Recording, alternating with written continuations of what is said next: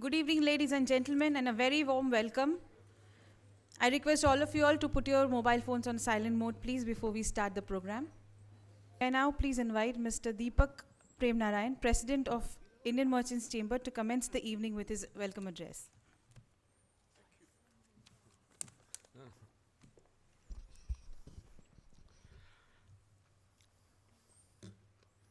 I'll just wait for Amitabh to settle down. Thanks. Good evening, ladies and gentlemen, and a very special welcome on behalf of IMC and myself to Mr. Amitabh Kant, the CEO of NITI Aayog, but more than that, one of our most distinguished and esteemed entrepreneurs. You know, I can't resist mentioning this, Amitabh, that suddenly, over the last few days, I have received calls saying that, you know, Deepak, we had met at the airport, and I used to be in college with you. So bottom line is, can I have an invite for the function today? So that's where it was. And it's got to do your reputation and how you have so diligently worked as an entrepreneur to transform our country and to see the growth is 10% in the next few years. If I might just touch on a few points, and that has to deal with your entrepreneur streak, more than a streak, your entire DNA. It has to do with tourism in Kerala, where you launched the God's Own Country. And as a matter of interest, over the last 10 years, the domestic tourism has gone up from 3 lakhs to 1.2 million. Sorry, the foreign tourists in Kerala. And the domestic has gone up from 60 lakhs to 1.4 crores. That is what the strength of the brand positioning that you launched. You came to the center, and here again, as an entrepreneur, you, as in the tourism department, as joint secretary, you launched Incredible India, and we can see the impact it has had.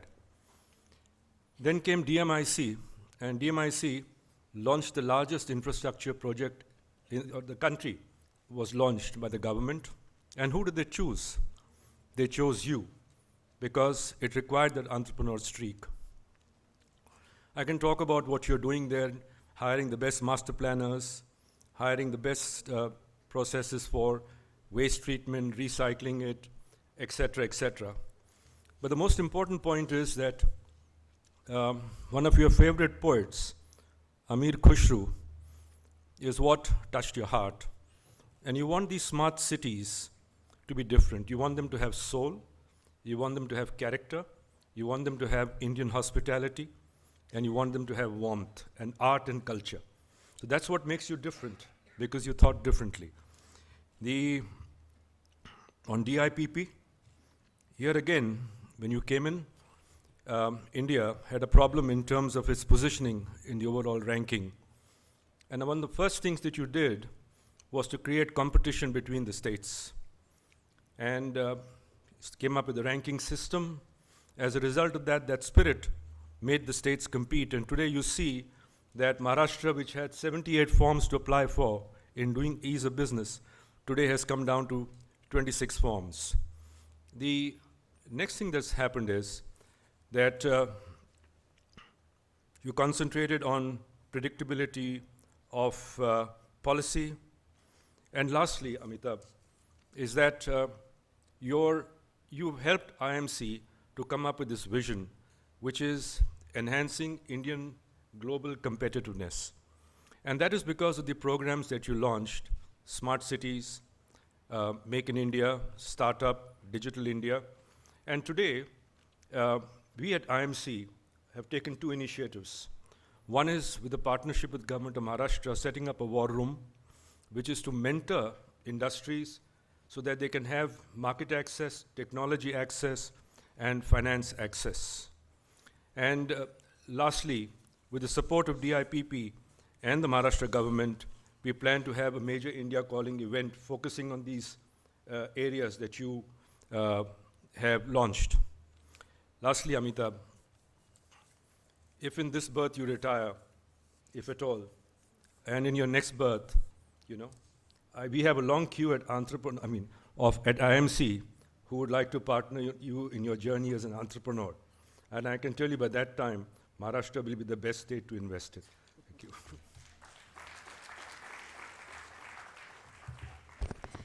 Thank you, sir. Now may I request Mrs. Nath, the President of IMC Ladies Wing, to address us.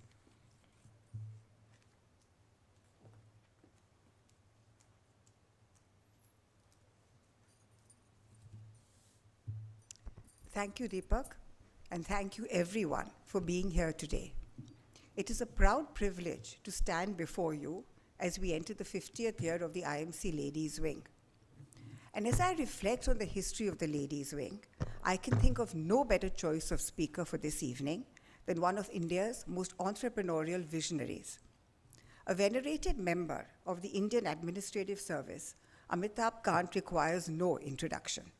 He is the author of Branding India, An Incredible Story, and has been a key driver of the Make in India, Startup India, Incredible India, and God's Own Country initiatives, which positioned and branded India and Kerala state as leading manufacturing and tourism destinations. Till March 2016, Amitabh Kant was posted as Secretary, Department of Industrial Policy and Promotion, Government of India. He was responsible for the formulation and implementation of industrial policy and strategies for industrial development as well. He was also the chairman of the Delhi-Mumbai Industrial Corridor Development Corporation and the National Productivity Council. He is a Chevening scholar. He is a graduate of Harvard University's John F. Kennedy School of Government and the Indian Institute of Management, Ahmedabad. He has received the Economic Time Policy Change Agent of the Year Award, the Bloomberg TV Personality of the Year Award, the NDTV Administrator of the Year Award, and the Distinguished Fellowship of the Institute of Directors.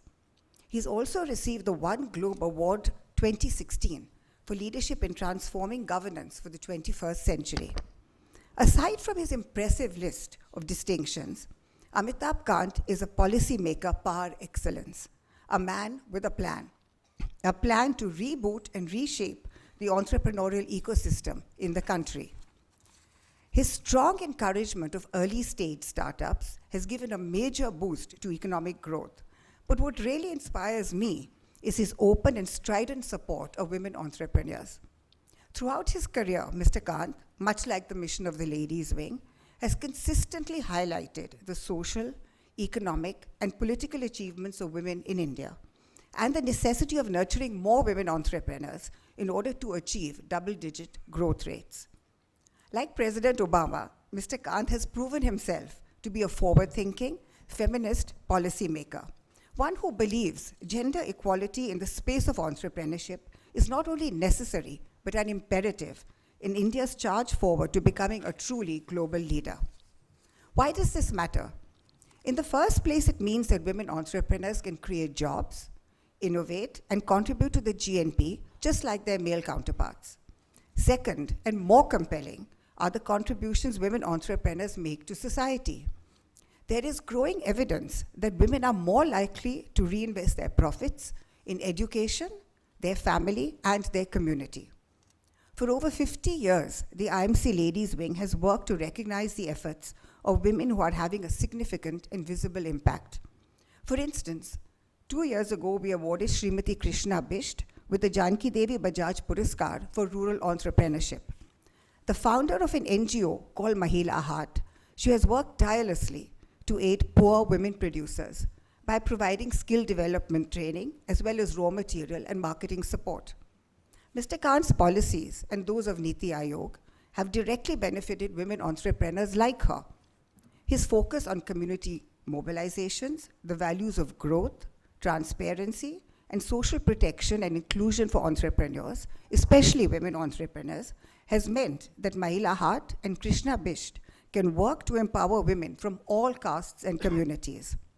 In this way, in our 50th year, as we look back and look forward now to the next 50 years of this organization, like Mr. Kant, the IMC Ladies Wing will work to gradually empower, support, and train women to perceive opportunities and to trust they have the capabilities to start businesses and to have real impact. We could not be more pleased to welcome Mr. Kant today, a man who questions the status quo, who thinks in terms of scale, and at his heart focuses on the importance of the work of women. You, Mr. Kant, are transforming the future. You represent the values and the very mission the Ladies' Wing was created for. It is an honor and a privilege to now hear you speak.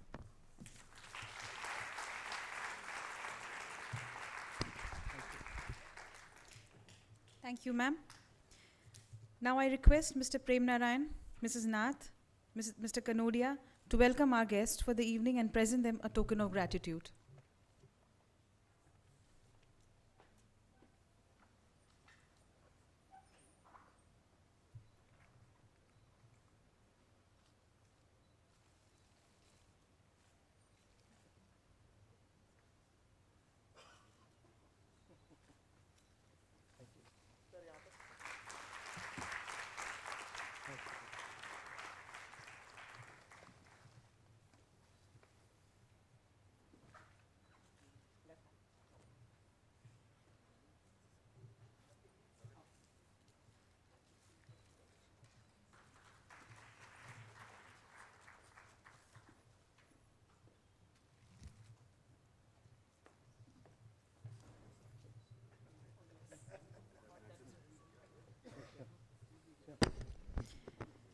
Thank you, everyone.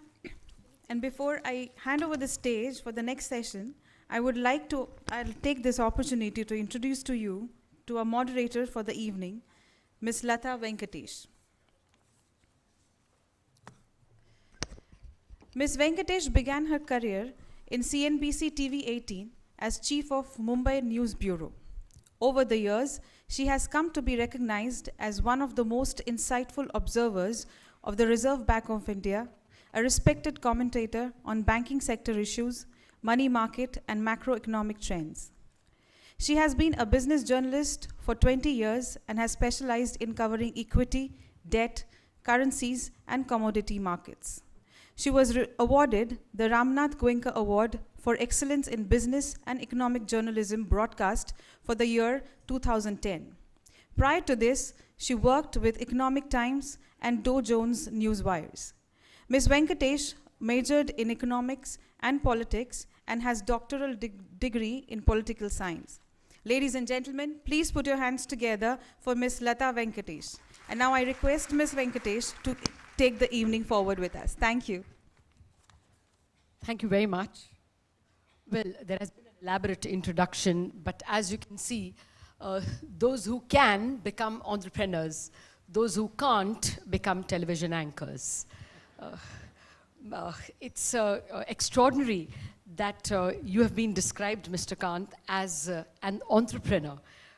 Policymakers usually in our country in the past 7 decades have been seen as impeding entrepreneurial activity. The fact that a policymaker here has been called an entrepreneur clearly signals the change that you have brought and the change that you represent. So it's not, it's very appropriate that today you should be speaking about transforming India through entrepreneurship. Since much has been said about your achievements, I will not repeat them. I was going to make the same speech actually. So I'll just hand it over to you to tell us how you see India getting transformed through entrepreneurship, what has changed and what remains to be changed, and we will take it from there. Over to you, sir.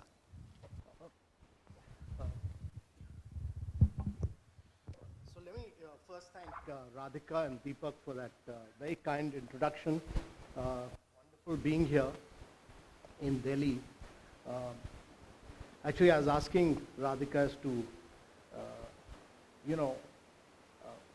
someone like me coming from Delhi, I've worked in both North and South Block of Delhi, and the entrepreneurial spirit is in Mumbai and not in Delhi.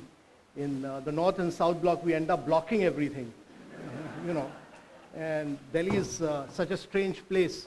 When I first landed up in Delhi, I'd worked in Kerala for about 18 years. When I landed up in Delhi, Mr. Jagmohan was my minister. But before that, let me just correct this, right? I'm a graduate of St. Stephen's College. Harvard and all this I just went for courses which IAS officers are sent to.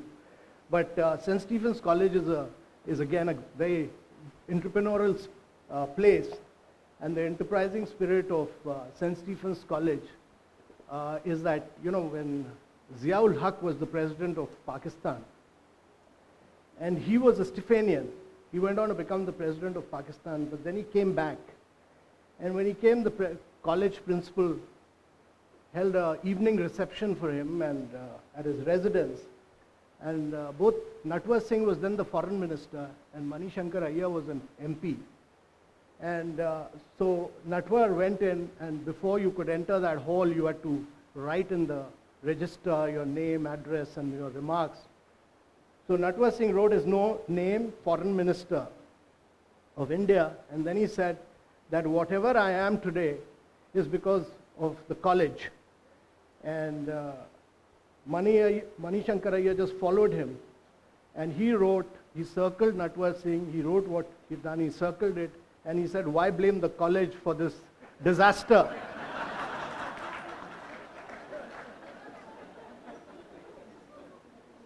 So that's so I was telling you about Delhi. So when I first landed up after 18 years, living in Kerala, and Kerala was quite a place. I landed up in Delhi, and my minister was Mr. Jagmohan. And the very fourth or fifth day, there was this chief minister's conference. And he said, Mr. Jagmohan said, you accompany me, and you take all the papers. And I went with him to Vigyan Bhavan, where Mr. Vajpayee was the Prime Minister, and he was chairing this Chief Minister's Conference. And you know how the Chief Minister's Conference is a very formal affair. It's all the Chief Ministers are sitting, they write their papers, these papers are distributed, and the Chief Ministers are called alphabetically by the Prime Minister, and they read it out. So it started with A, and A was Andhra Pradesh, and Chandrababu Naidu read out his speech. Yeah. So they call alphabetically, and so it started with A, Andhra Pradesh, and Chandrababu Naidu read out his speech. And then came B, and Bihar, Lalu Yadav started reading out his speech. And he barely finished one paragraph that I suddenly saw Mulayam Singh Yadav, the Chief Minister of UP, getting up and saying, point of order, sir. So Mr. Vajpayee said, point of order to Parliament mein hota hai, not in Chief Minister's Conference, Mulayam Singh ji. So he said, nahi sahab, mujhe kuch bolna hai. But before he could say this, Mr. Vajpayee turned to Lalu Yadav, ki aap aage chaliye. He spoke another 2-3 lines, and then again Mulayam Singh Yadav got up and said, no sir, point of order. So Vajpayee sahab, in the PM in sheer disgust said, bataiye kya baat aapko kehni hai. So Mulayam Singh Yadav said ki, sahab ye to meri speech padhte chale ja rahe hain, main kya padhunga jab mera turn aayega. So that is the enterprising spirit of Delhi,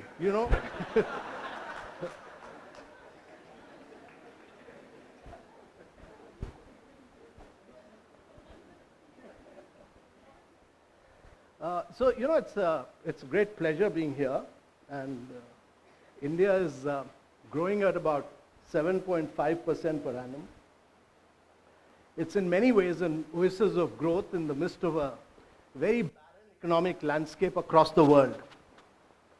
But I think the real challenge for India is to grow at 9 to 10% per annum over a 3-decade period, year after year, for 3 decades or more, to be able to lift a very young population above the poverty line. We are passing through a window of demographic transition which rarely happens in history. 72% of our population is below the age of 32. Several countries of the world have actually done it. Japan did it, Korea did it, China did it. So it's possible, it's historically possible to crack this, growing at those rates for 3 decades. And, but to be able to do this, India needs to have an entrepreneurial spirit. It needs to have a huge entrepreneurial spirit across all segments of your society to be able to grow at 9 to 10% over 3 decades, year after year, because the compounding power of growth is so enormous. If India was to grow at 7%, by 2030, if we are growing at 7%, today our per capita income is $1,572 US. But if we were to grow at 7%, our per capita income will be about $4,000 US. But if we were to grow at 10%, our per capita income will be close to 6,800 US dollars. That is the compounding power of growth. And therefore, there's a huge difference between growing at 7% and 10%. And therefore, we must use this compounding power of growth to have this single-minded pursuit of growth. But for that to happen, what is the entrepreneurial spirit which India needs to have? And to my mind, first and foremost, we've made India a very, very complicated place to do business in. We've made India one of the most complex, one of the most difficult, and one of the most complicated places in the world to do business in. And it's very, very important that we dismantle a lot of these rules, regulations, processes, procedures, acts which we've built over the last 68 years. So the legacy of these rules, regulations need to be dismantled. A lot has changed. But, a lot has changed. Just to tell you, when I was the collector of Calicut in Kerala, there was a non-resident Indian businessman, and all these Malayalis go to work in the Gulf. He came to me and he said, "Sir, I've applied for a cannon weapon." So I told him, "Don't be funny. District collector and a district magistrate issues licenses for arms, for pistols and for weapons, not for cannons. How have you applied for a cannon?" So he said, "No, sir, last time I'd applied for 1,000 bags of cement. Actually, you sanctioned only 10 bags of cement. So this time I've applied for a cannon so that at least you sanction a pistol for me." So, but India's changed. Those days we used to ration even cement. India's changed, and it's changed radically. But I think we need to accelerate this pace of change as far as licensing is concerned. A huge amount of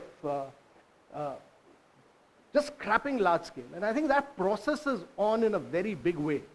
We've just scrapped 1,053 laws. Many of us don't know about it. 1,053 laws. We've done this for MSMEs. We've made a one-page form which you can actually fill up in 2 minutes. We've made import-export far more easier. There were 11 and 9 forms. We brought them down to just 3. And I think this process in government of India is on in a big way. The Prime Minister's single-minded determination is make India very easy, simple. We've jumped up 12 notches up in the ease of doing business. This year we should do much better. But, India is a very large country. It's bigger than 24 countries of Europe. And therefore, a lot of action is in the states. And it's very important that states become very easy and simple. So how do you make states work is one of the challenges. And therefore we said that we will name and shame the states. We created a complete, competitive index. We listed down about 100 parameters. We interacted with the states, and we said that we're going to make you compete against each other. States competed on 100 points last year, and we ranked the states. Last year, Gujarat came number 1, Andhra came number 2. Maharashtra figured very badly. It was 11th or something, actually. But this year, we are making them compete on 344 points. And on 344 points, there's such a huge competition going on a daily basis. We've created this portal on which on a minute-to-minute basis, you can find out whether you're going up or down. So yesterday, the Chief Secretary of Jharkhand was with me. And last year, surprisingly, Jharkhand and Chhattisgarh, the mineral-rich states, had done very well. They were 3rd and 4th.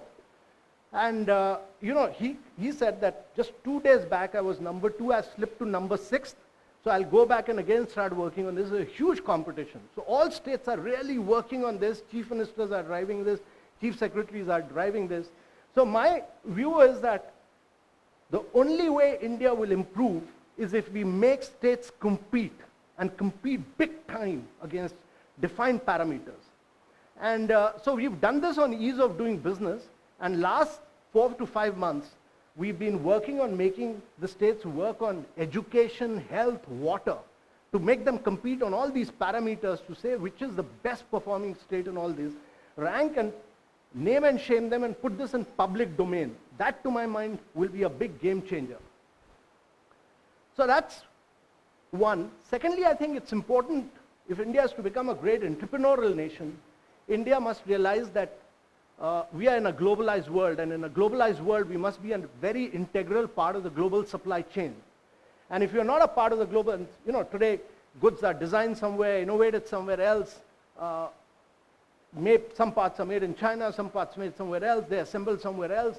So it's a global value chain. And India must open up its economy. And therefore, in the last 2 years, we've opened up India in a very big way. We opened up defense, we opened up construction, we've opened up railways, all to FDI. Actually, today, we've opened up every single sector of India's, other than multi-brand retail, which still remains a contested area. We've opened up every single sector of India's economy. And India today is one of the most open economies of the world. And actually, in the last 2 years, India's FDI has gone up by 53%, as against a global decline of 16%.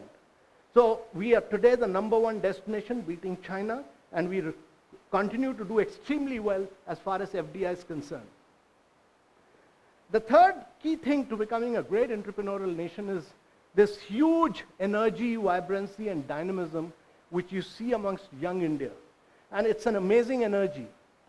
For people like me working on Startup India initiative, I find it really, really amazing the kind of energy that is. And it's not just in the digital world, it's spread to health, it's spread to education, it's spreading to agriculture, and we need to accelerate that. But for that to happen in a far more bigger way, we did this startup action plan, which a number of things have happened. But one of the key things to understand is that Indian parents in particular, still haven't accepted the fact that you can fail. In business, you can fail. And those who fail, those people will actually succeed the next time. And there's no great entrepreneur in the world, including Bill Gates or Elon Musk, who hasn't failed before. I mean, the founder of LinkedIn, for instance, failed twice. He failed on a social online dating site in a big time way, and then he failed again, and third time LinkedIn became a billionaire. He became a billionaire with that. So you need to fail, but the Indian parents haven't started accepting psychologically the fact that your son can fail in business. And we must learn the art of making your child, failing is, we must understand that we should learn this art of failing quickly, fast, and resettling him again so that he can succeed again. There's nothing wrong with that. But Indians have to get over this hang-up about failing in businesses. It doesn't matter. And I'm stressing this point because it's very important that you need to psychologically impact the minds of Indian parents to understand that failure is a part of business. Now, in India, we've tried to bring in the bankruptcy law now, so that you can have much quicker, faster settlement. But I was talking about startups, and the amazing thing that's happening, I don't know how many of you have heard of a young girl called Pranshu Bhandari. She runs a site called Culture Alley, and she started this app called Hello English. And in 1 year time, she's taught 9 million Indians how to speak English. That's the power. I don't know how many of you have heard of Conscio Medical, and this is a startup on medical side, and this amazing work happening in the medical field. And stool management in India seemed to be very dirty and dangerous and dicey, but Conscio Medical, looking at a 100 million market, 100 million people who suffer from problems on stool management, on 16 million Indians, came out with a unique innovation which is very hygienic. It's an adapter, very hygienic, and today this Conscio Medical adapter has been adopted from All India Institute of Medical Sciences to Apollo to all the top hospitals in India. So you look at a startup like Practo, which connects doctors and citizens, all by a young guy called Shashank. I mean, they've really connected people. So it's huge amount of great work happening in the world of startups in health. Great work being done by some women entrepreneurs. I don't know how many of you heard of Shanti Mohan, who runs Let's Venture. Now, here's a lady who's put together investors, who's put together startups, and amazing work Let's Venture has done. And it's enabled many startups to get funding through this. One woman, or look at a lady called Meena Ganesh, who runs, she runs Portia, which is a health site. And today she provides assistance to people, all kind of people across age groups from 90 years downwards on, who need assistance, medical assistance at home, and she's employing close to almost 8,000 people today, just supporting people who need medical care at home. So Meena Ganesh, Shanti Mohan are great examples of women who did their own startups, left very enterprising careers, did their own startup and have been extremely successful. But this is all spreading out in many ways to our campuses, to our colleges. And, I was really surprised at IIM Chennai. There's this young group of students who started Aether Energy. Aether Energy is actually starting a scooter called S340. And while they were in campus, they put up this Aether Energy in Bangalore, the complete factory of S340 scooters, which is an electric scooter. It's the smartest scooter. It's all electricity, battery charging, but it's supposed to be really cutting edge and could probably be the next Tesla as far as the scooter world is concerned. Or look at a great startup like InShots. And InShots is giving out news without any value, without any kind of opinion, all in 60 words. And it gets 10 million downloads, 10 million downloads a day today. InShots is by a dropout from IIT Delhi. So this is the kind of work happening across campuses, across health field. Or look at agriculture, for instance. Agriculture, there's a startup from here, from Pune, called AgroStar by Shardul Seth and his brother. And today they've tied up with 400,000 farmers to supply 400,000 farmers to supply seed, fertilizers, even tractors, all of them. So these are boys who are really changing the landscape, and many of us sitting in urban cities don't realize. But there's a different energy, there's a very different vibrancy, and there's a huge energy which is taking place in terms of radically changing, using technology to drive growth. And these are all young Indians who are doing this. And I traveled to Silicon Valley. I've done this last 3-4 times last year. But I find a very different energy in places like Bangalore, Hyderabad, now it's spreading to Pune, Gurgaon, etc. I think we need to accelerate that pace in many ways. Each one of us in our own ways should mentor many of these startups or try and assist them in some ways. And there's a huge amount of angel fund investing which is actually taking place. I find it quite interesting to see many people from Singapore, many Indians from Singapore who've done angel investing. I met one angel investor from Singapore, an Indian, who's actually done investments in close to about 100 Indian startups. 100 Indian startups, he's single-handedly. And his son, who's graduated from Columbia, actually left his job to just do angel investing in India. So I find this amazing, quite a lot of a very different culture altogether breeding in India right now. So that's the world of startups, of what's happening. But there's another thing which is happening in India, which many of us have not discerned, and that is that Bangalore and Hyderabad have really become the center of innovation in India. And they're close to about 1,500 multinational corporations. You name it, from IBM to Cisco to 3M, all the top companies of the world, including top pharmaceutical companies, who've relocated their global innovation centers. Their entire global innovation centers have been relocated to Bangalore and Hyderabad, from where they're doing innovation for the rest of the world. So historically, R&D and innovation centers were a part of multinational corporations' head offices. It's not happening anymore. It's relocated to Bangalore and Hyderabad, from where innovation is being done by these companies for the rest of the world. Look at Microsoft's Bing. It was all innovated in Bangalore. You look at John Decree's 60 HP tractor. It was innovated in India. You look at the ultra small sound machine of GE. It was innovated in India. You look at many things. You look at Tesco's, even this one-click booking machine for issuing orders, all innovated in Bangalore. Or you look at GE's again, ECG machine, the ultrasound machine for ECG, all innovated in India. And the same machine, which is today being developed for $15,000 in the United States of America, it has enabled India to do it at exactly close to $1,800, enabling ECG to be done for $1 in India. So India has really become the center for innovation, great entrepreneurship, and skills which is rarely seen anywhere else in the world. And I think this is the big movement which we need to spread across. So I was looking at the figures of the US Patent Office, which is really the center where people do patenting. And I was really impressed that GE actually has done close to 4,280 odd patents registered in the US Patent Office from India. Cisco has done close to about 3,700. All these companies, 3M has done a lot of patenting from India in the US Patent Office. But I find it quite unbelievable that actually the record of Indian companies is very, very poor in registering patents.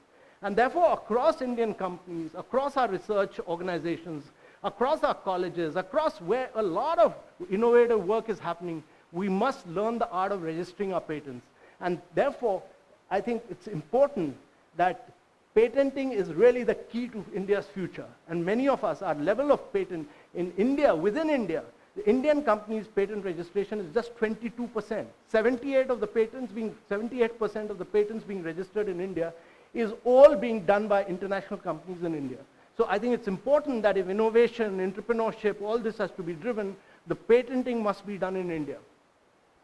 The next key point I want to make is that urbanization will be a very critical driver of growth in the future. And you know, the process of urbanization has ended across America. It's ended across Europe. It's nearing its completion in China. In India, this process of urbanization has actually just started. In the next 3 decades, we'll see close to 350 million people getting into the process of urbanization. But if you were to go by the McKinsey study, then by 2050, India will see 700 million Indians getting into the process of urbanization. And as I speak here today, every minute there are 30 Indians who are moving from rural areas to urban areas. And the 700 million Indians means that by 2050, India has to create 2.5 Americas. That's the challenge, 2.5 Americas. That's the challenge. Now when America urbanized, land, gas, and water were all cheaply available. And because land, gas, and water were cheaply available, you could live in New Jersey, you could travel to New York, you could guzzle gas. The American car companies bought over the railway companies, destroyed them. America had the luxury of creating a city like Atlanta, where 98.2% of the people travel by car. So Americans made cities for cars and not for people. But the challenge is that when India urbanizes now, land, gas, and water will all be scarce commodities. And because they'll be scarce commodities, if India was to follow the model of the Western world to urbanize, you will need 4 planet Earth. 4 planet Earth. But alas, you have only 1 planet Earth. And therefore, India needs to have a very innovative and a very sustainable strategy of growth. And the sustainable strategy of growth means that you have to embed your cities with public transportation. You have to have recycling of water. You need to recycle your waste. And therefore, the challenge of urbanization will be the biggest challenge which India is confronted with. And if India is not able to tackle this problem, every single city, existing city of India will be a slum. Mumbai is increasingly becoming like that. You go to Calcutta, right next to Oberoi hotels, there are slums, so it's becoming one. Delhi, Mr. Kejriwal has ensured that Delhi also becomes a slum. So, you know, all these cities will become slums unless and until we realize that India has been a very, very reluctant urbanizer. Very reluctant urbanizer. We've not thrown political leaders who could think in terms of urban India. All our schemes post-independence were for rural India. The more we spent on rural India, the more poor we became. We couldn't lift people above the poverty line. The important point I'm making is that actually cities are centers of growth. Cities are centers of innovation. Cities are centers of creativity. And all over the world, it's cities which drive growth. Cities occupy just 3% of the Earth's land mass, but they are almost 90% of the global GDP. Cities are responsible for almost 70% of the people living there, but 90% of the global GDP comes from cities. And therefore, if India has to accelerate its pace of growth, it must urbanize in a very innovative and sustainable model. And India has this huge opportunity to do that. And if India is able to do it well, it will be a unique model for the rest of the world. And this is the first time that actually this government is talking about smart cities, is talking about urbanization, is thrown up for the first time. You know, pre-independence, we had Rajendra Prasad, Motilal Nehru, C. Rajgopalachari, who had been mayors. Post-independence, we had none. For the first time, we have a chief minister of Maharashtra who had been actually a mayor of Nagpur city. So my hope and belief is that these are young political leaders who will focus on urbanization and enable India to to really drive growth through urbanization and a good, innovative, sustainable urbanization. The next point I want to talk about is that if India is to become a great entrepreneurial nation, then women entrepreneurship has to be critical. It is the key to India's growth. You know, in India, women account for just about 17% of India's GDP. They account for just, in terms of numbers, they account in just 24% of the total numbers are women workers. But globally, the average is 40%. 40% of the global GDP comes from women. Now, if you are able to bring gender parity and consciously work towards a gender parity, you'll be adding close to 700 billion in your GDP. That's the kind of estimation which has been done. So the huge potential in terms of making women a key driver of your growth, bringing in gender parity and making women entrepreneurship the key focus of your growth strategy will be enormous. It'll be humongous. Now, these are areas which are critical for India to focus on, because whether it's startup movement, whether it's innovation, becoming the global center for innovation, are important to understand, because India is increasingly becoming, many people talk about that, say that we have a huge domestic market, we should focus on domestic market.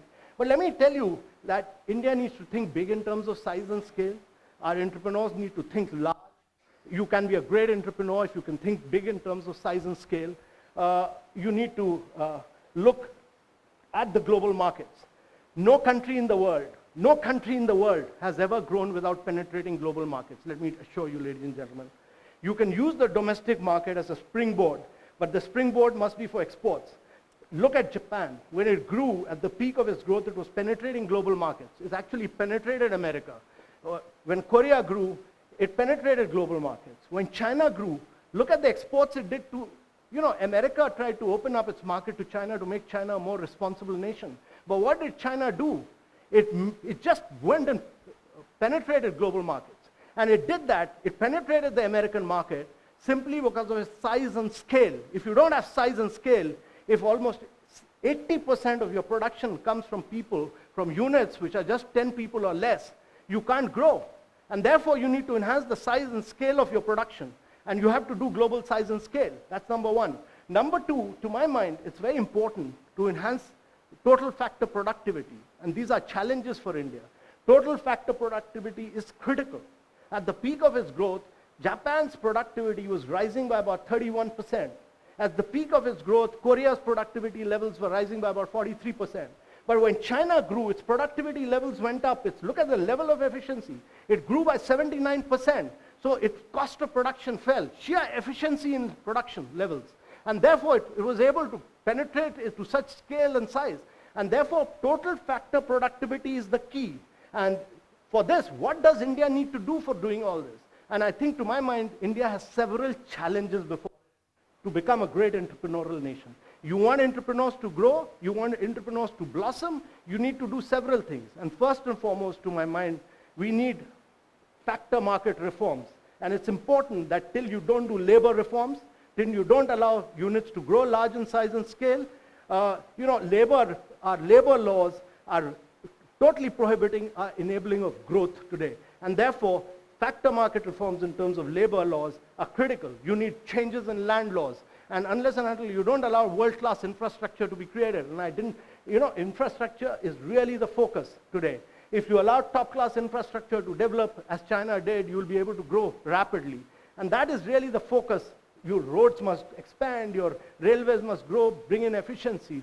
And I think some of these things are happening through the dedicated freight corridor. Today it takes 14 days for goods to move from Delhi to Mumbai, to get into JNPT Port Trust. Once the dedicated freight corridor comes up in 2018, goods will move within 14 hours. So from 14 days to 14 hours will be the radical shift. Same thing with Chennai and Bangalore.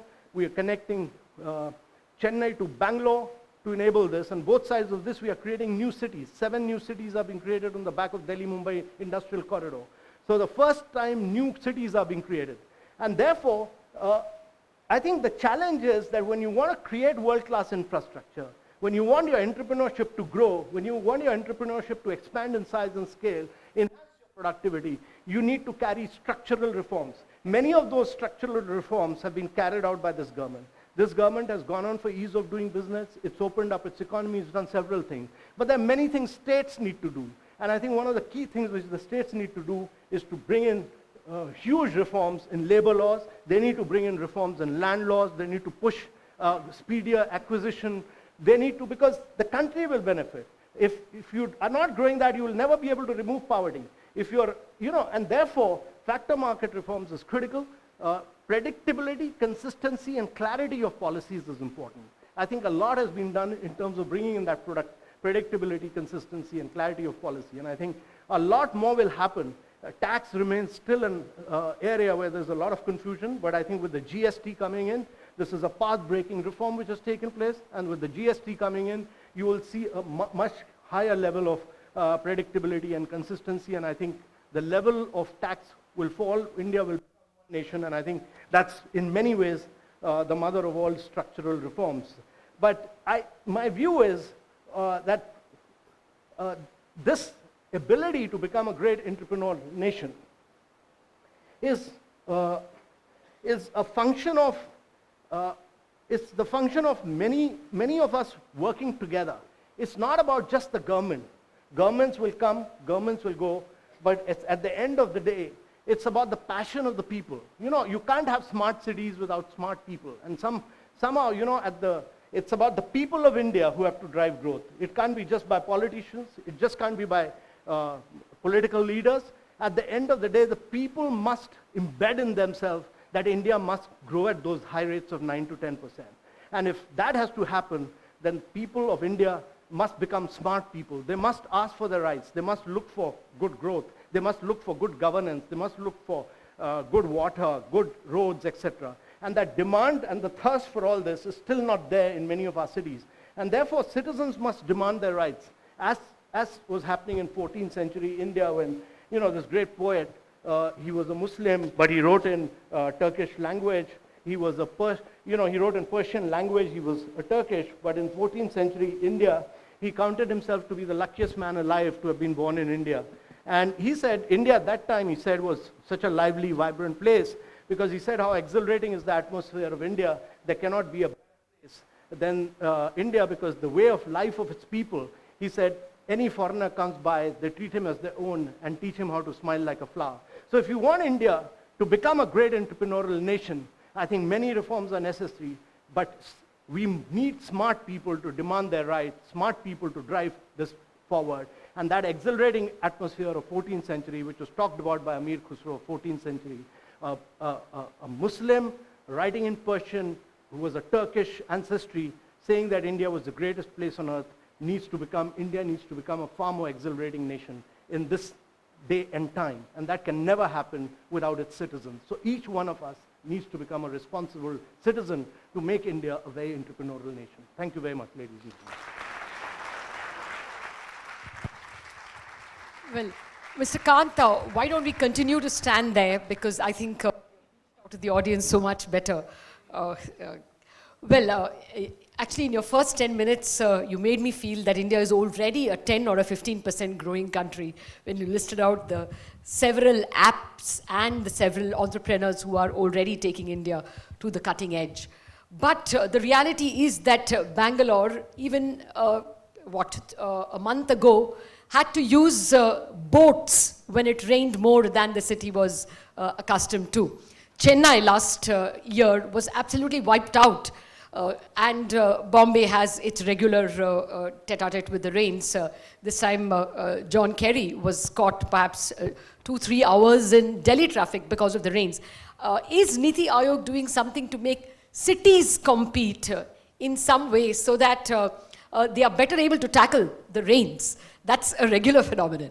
No, I think, the important point is that we have underinvested in our cities. We've not focused enough, because actually, a city like Mumbai, look at its contribution to the state of Maharashtra, but the city is not able to bring in investments within itself. One, because of lack of good governance. You have to, bring in world-class entrepreneurship into the governance of the city.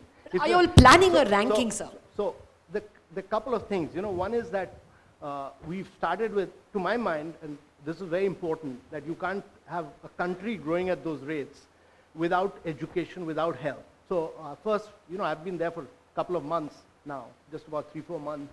But my belief was that while India can focus on many things, but education and health are critical for India. And you can't have a situation where 39% of your children who are born actually are stunted. This is only the case with India. So we had to focus on education. We've created a complete index on education, making states.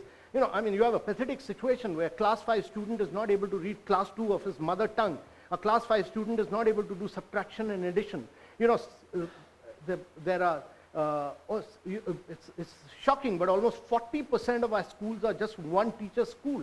And almost 18 to 19% the teachers doesn't turn up. So we had to build this whole index of making states compete on education.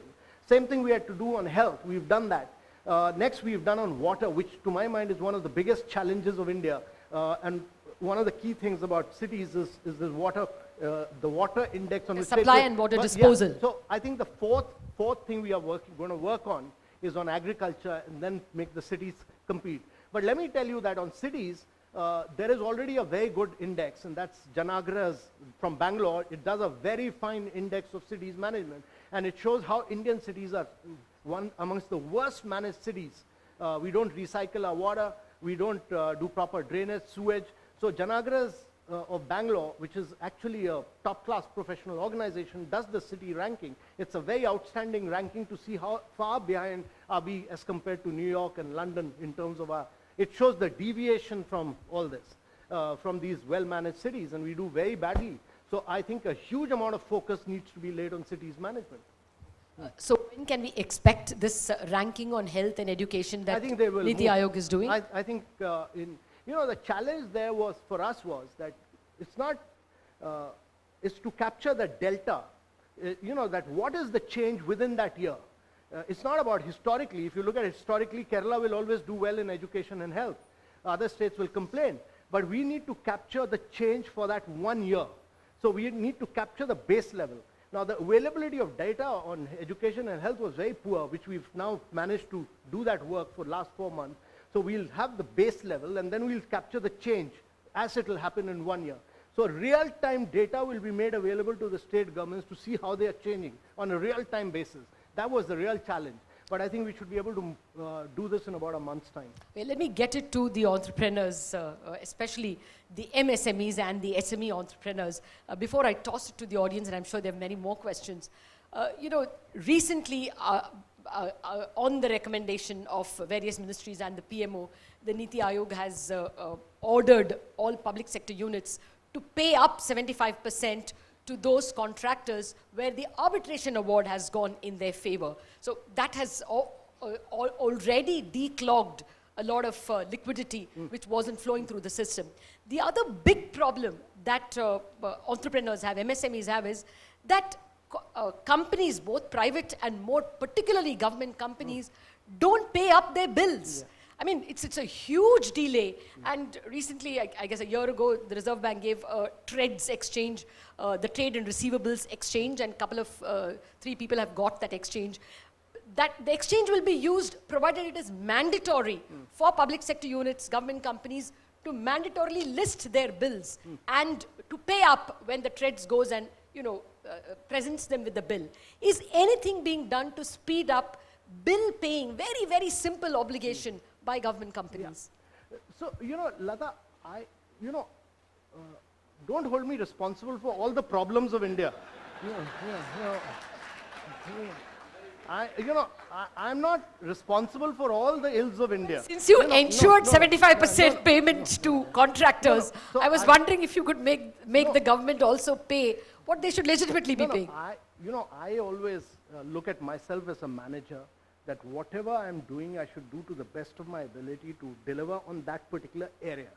And I think there's a certain job which Reserve Bank of India needs to do. And I think this question is best put to Mr. Urjit Patel to tackle, not to me. But each one of us has to do it in an efficient manner so that the system works and gets delivered. I mean, we were asked to do on this construction because what was happening was very peculiar, that construction companies and NHAI and public sectors had contractual issues.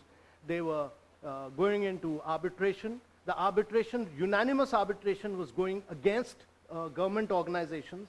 Where it was going against government organizations, they would go in appeal. And that would take 6 years' time. So these companies were actually going bust because they were not able to pay up the banks. And the cases would prolong, the work will not get completed, companies were in a mess, the banks were also, NPAs were happening. So what we said, where there's a unanimous award, you give 75%, that will go towards your bank repayment. If it is more than that, it will go to completion of the project. So that's a simple thing which the cabinet decided on and pushed ahead. So I think each one of us needs to do our things. Well, one more question on the states comparison. One of the key problems, and Mr. Sardana will attest to what I am saying, he heads Tata Power, that's why, that states don't pay up their power dues. They don't pay, the discoms and the discoms don't pay, don't buy power. This is something which, staying in Delhi, you know very well.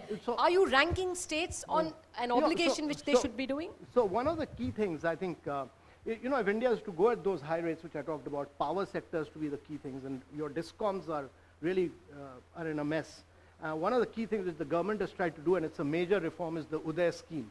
And the intention is that states must ensure that they work firstly, tariffs are depoliticized, and that they must work in sound commercial lines. That's the intention of Uday. And hopefully, let's hope so, that states will have the responsibility to ensure that discoms. The problem which we weren't entered into is that we're saying we have excess power. But the problem is that discoms do not have the capacity to buy power. We need much more power. And if the government is talking about electricity for all, we need to ensure that discoms become far more efficient, far more effective. Otherwise, you'll never be able to provide electricity.